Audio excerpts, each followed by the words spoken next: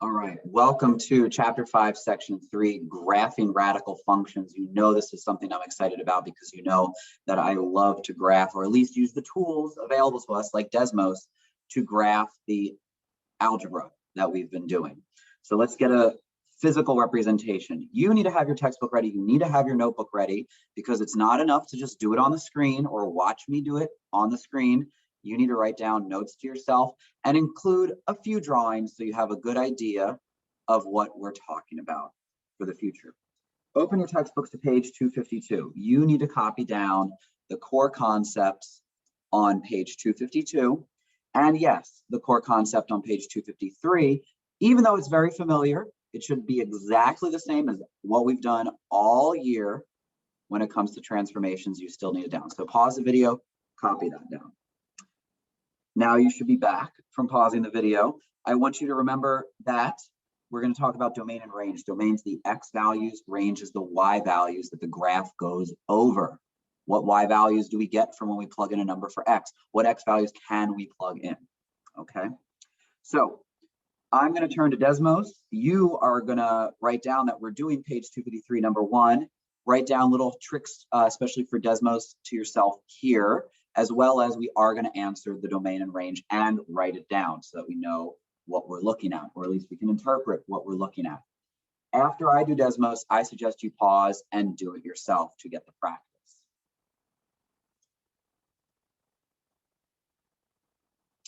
Okay, so we should be looking at my Desmos. We want to do number 1, so that's g of x equals, in this case, we don't really need to write it, but we do need square root. So go find the keypad at the bottom left. That's something you should copy down. Type in, press the square root. And then we need to make sure, and this is something that I see students make a mistake on, no matter what, if they're writing it, if they're putting it into a calculator, or even if they're using Desmos, you need to make sure the +1 is underneath the radical. Don't just trust the computer. You have to tell the computer what to do. It's only going to do what you tell it. And in this case, it is. So here we have a square root function. It's the square root of x plus 1. All right, so what is the domain? What x's do you see? I can move to the left. I don't see any graph around here. I can move it to the right. I definitely see the graph over here. So it looks like my domain is going to be all the x's greater than or equal to -1. Now you do need to use your brain just to check. The starting x, the first x, the number you write down might not always be there. When you plug in -1 for x into this function, what's -1 plus 1? It's 0. What's the square root of 0? It's 0. It's a number, right? So make sure that when you plug it in, it is not undefined. It actually exists, right? Not imaginary. It's a real number. 0 is a real number. Chances are it will be. I'm just saying you got to just take a few seconds and make sure it is. Okay, so in our notes, we're going to write down that the domain, and you know, we are in Algebra 2. The book has an easier way. I want to make sure you're ready for the future. So D for domain, curly brace, it's all the x's such that x is greater than or equal to -1, right? It's going to go to infinity. You can plug in 1,000,000. Square root of 1,000,000 plus 1 is a real number. A calculator can do it. Great. Okay. Now for the range, what ranges do we see? We'll start with R colon, curly brace. Now, obviously, I do a little squiggle, but we're really talking about these curly braces. All the y's such that y is something. So let's go back to Desmos and see what kind of y's are we looking at. We can click our graph and move it around. There is nothing down here. Don't need to talk about it. Where do the y's start? Where does it start as I scroll from down to up? Looks like it starts at 0. And I can go up here, but obviously the graph's not there. But as I keep going to the right where the x's are, looks like it doesn't really end. It just keeps going up. Even if it's slow, it's going to go up. I mean, you can see the y values up here. They're increasing. So it will keep. If I put in a huge number for x, I'm going to get a huge number, albeit smaller, for y. So we can write that down. And this is important. So all the y's such that y is, what did I say, greater than or equal to 0. Okay, Now I'm just looking at number one back in the book, graph the function. I did. If you want to sketch it down, I recommend it. I've been seeing this for a long time in my life. You might want to sketch it down, but we are using technology and interpreting what we see in the technology. Identify the domain and the range. Cool. There we go. All right, on to number two. We want to describe the transformation and then graph it. All right, well, the parent function here is the cube root function.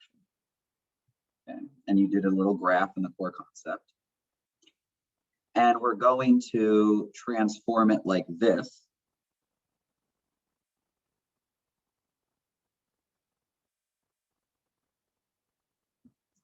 Okay.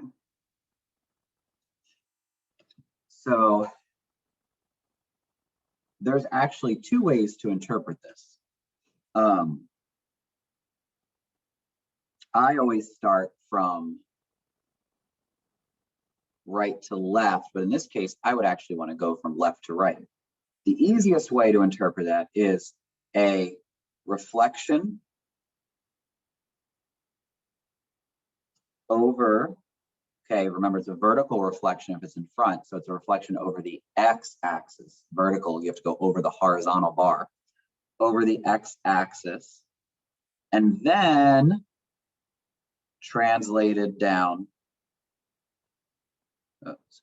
translated down 2 units. Okay. Let's graph it and see if I'm right.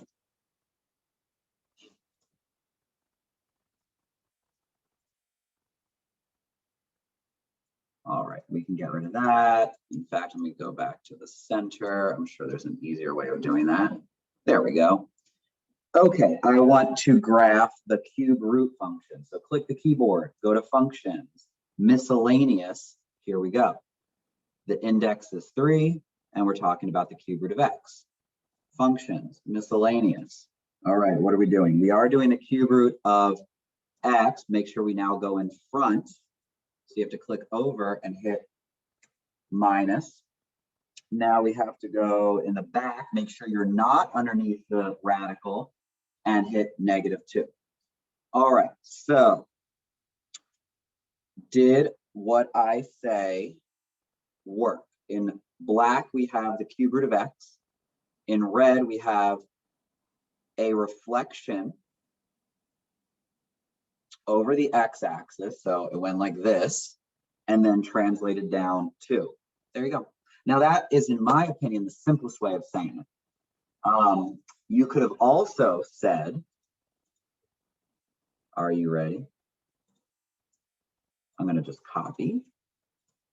We could have moved it up 2, okay, and then reflected it over the x-axis by changing all the signs. And if blue and red are the same function, yes, they are, because you don't see red showing up, right? Red, blue, they're the same function, then I was right.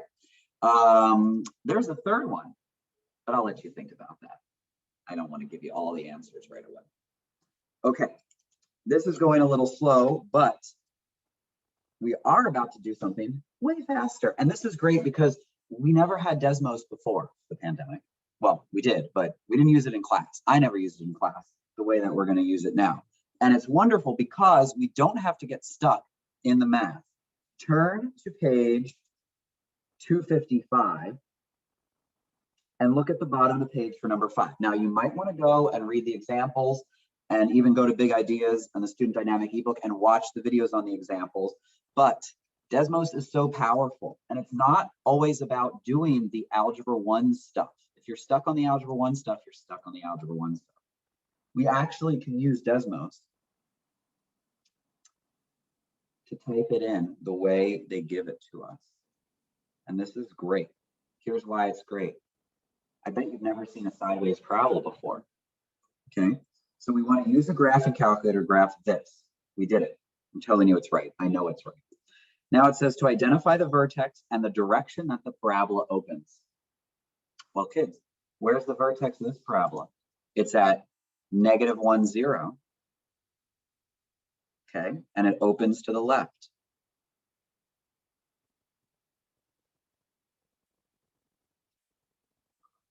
Okay, now let me switch to my notebook so you can see what I wrote. This is what I expect to see from you. All right, vertex, remember V for vertex, always label your vertex with a V for the point. -1, 0, we got it straight from Desmos. It opens to the left.